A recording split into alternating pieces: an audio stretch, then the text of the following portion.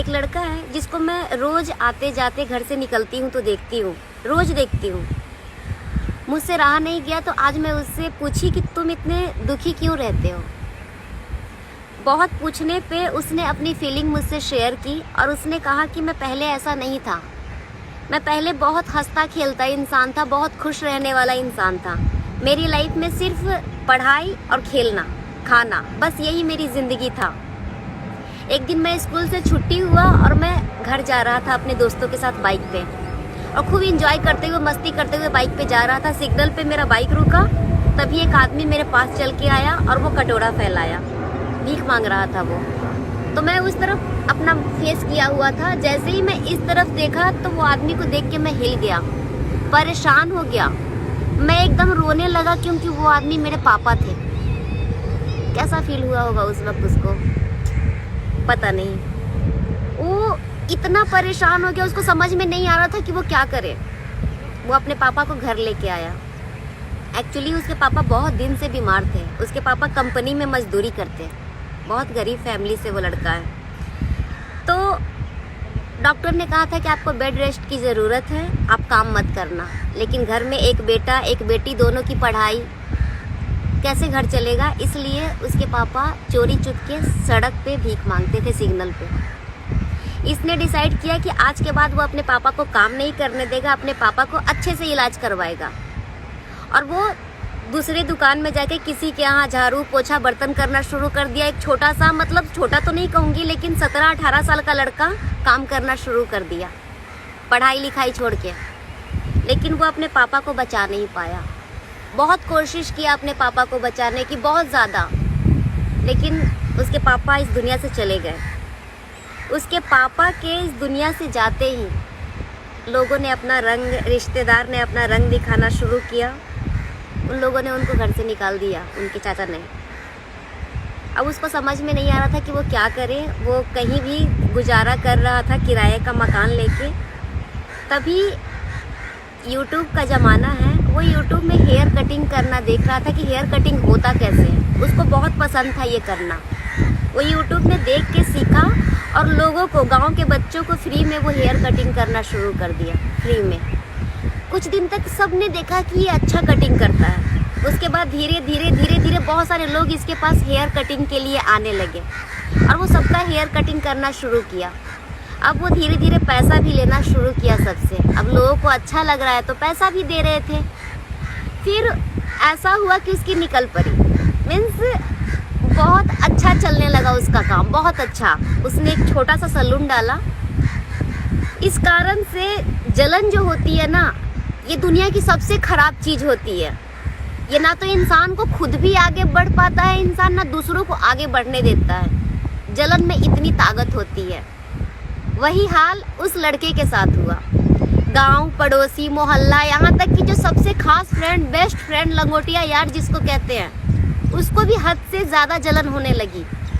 ऐसा वो बता रहा था मुझे कि जलन का ऐसा वो था कि लोग देख के मुंह फेरना शुरू कर दिए कि इतना कमा कैसे सकता है, इतना आगे बढ़ कैसे सकता है।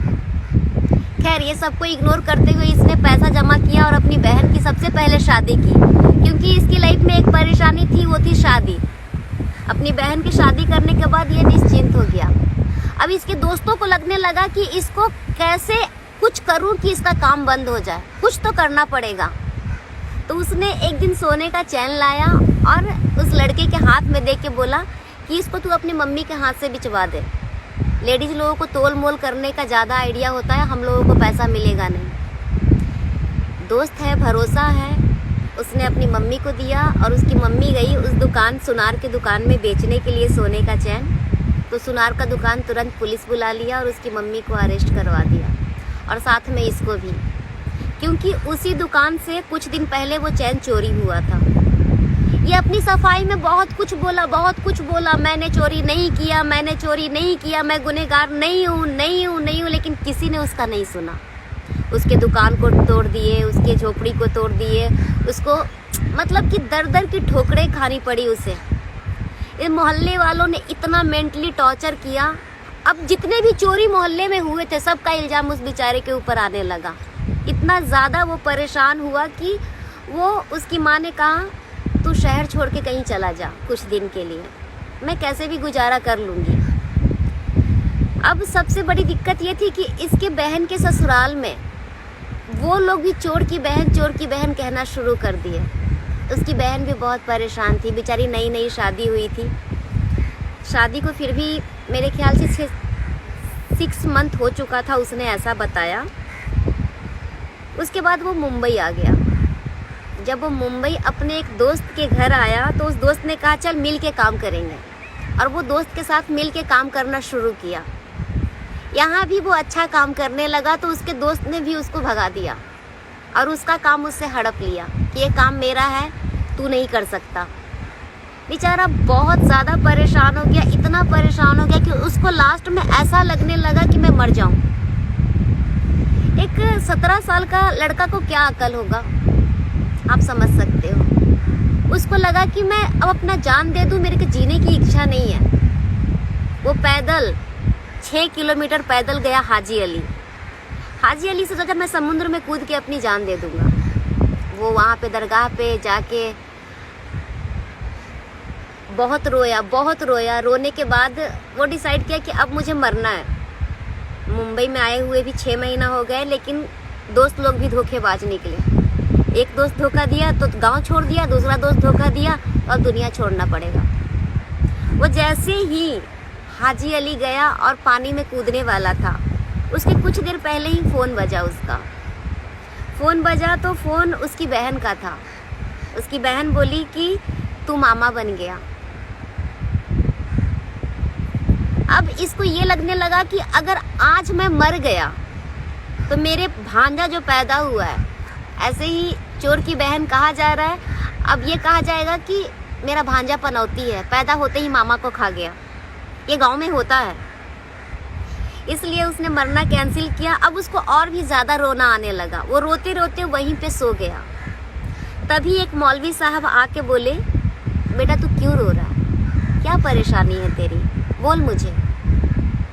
तो इसने अपनी सारी प्रॉब्लम बताया, सब कुछ शेयर किया। तो बोला कितना पैसा चाहिए तुझे काम शुरू करने के लिए। तो बोला मुझे कुछ बोलने का मन नहीं करता, मुझे कुछ सोचने का मन नहीं करता। अब ऐसा लगता है कि बस मर जाऊं, मुझे कुछ भी नहीं बोलना। उसके बाद वो स्टैचू बन गया। आप देख रहे हो, वो स्टैचू बन गया। और वो स्टैचू बन के ऐसे ही खड़ा रहता है 24 घंटा तक। वो हिलता भी नहीं, कुछ बोलता भी नहीं। लाइफ में उसे इतना परेशानी दिया गया कि वो एकदम से चुप हो गया। लेकिन आज की डेट में ये टैलेंट है। हो सकता है बोलने में मेरे से बहुत सारी चीज़ें मिस्टेक हुई हो, बट मेरे दिल को छूता है ये। आइए मैं आपको मिलवाती हूँ।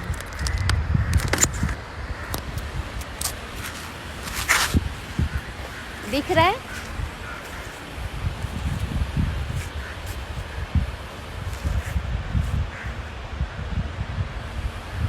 इसी टैलेंट के दम पे इसके पास आज खुद का घर है, खुद की पहचान है।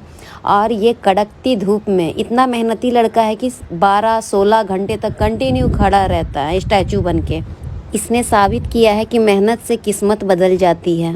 अगर हम किसी का हाथ नहीं खींच सकते तो पैर भी खींचने का कोई हक नहीं। सब्र रखें और मेहनत करके आगे बढ़ें।